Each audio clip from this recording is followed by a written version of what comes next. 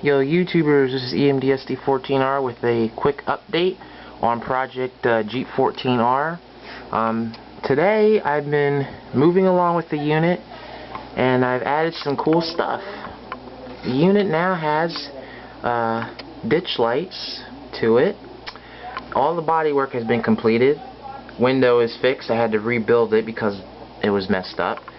Drilled out holes for the top headlights.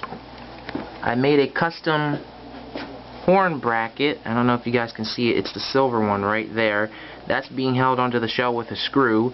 And then there's another hole that is actually made for the horn. So if you look at the horn, it kind of sits off at an angle, which is pretty cool. That's the horn right there. And then at the rear of the unit, I added extra lights. Ta-da!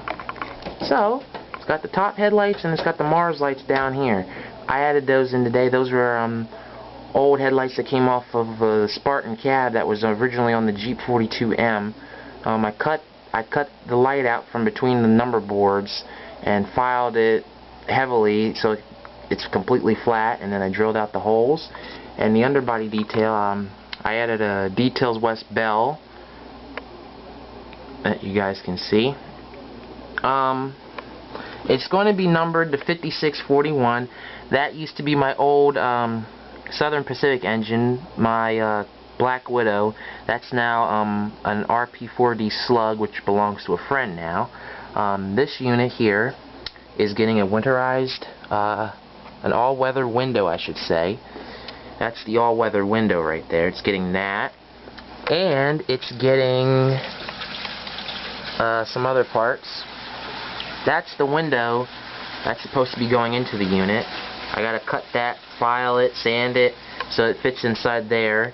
And then this metal railing here, that's going to be the air line that goes from the horn to the cab. So it's going to come through here, go across the top of the roof, bend up here, and it's going to go right here.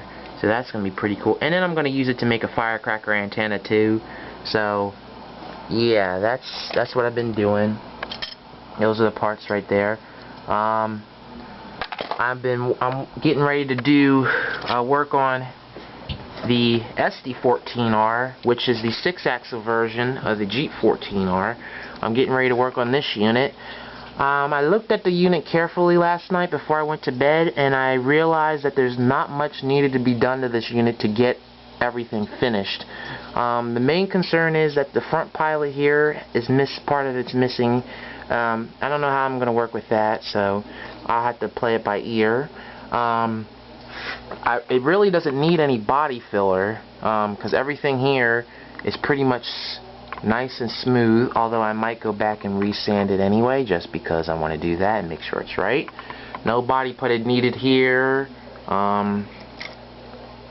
None needed on the rear of the unit.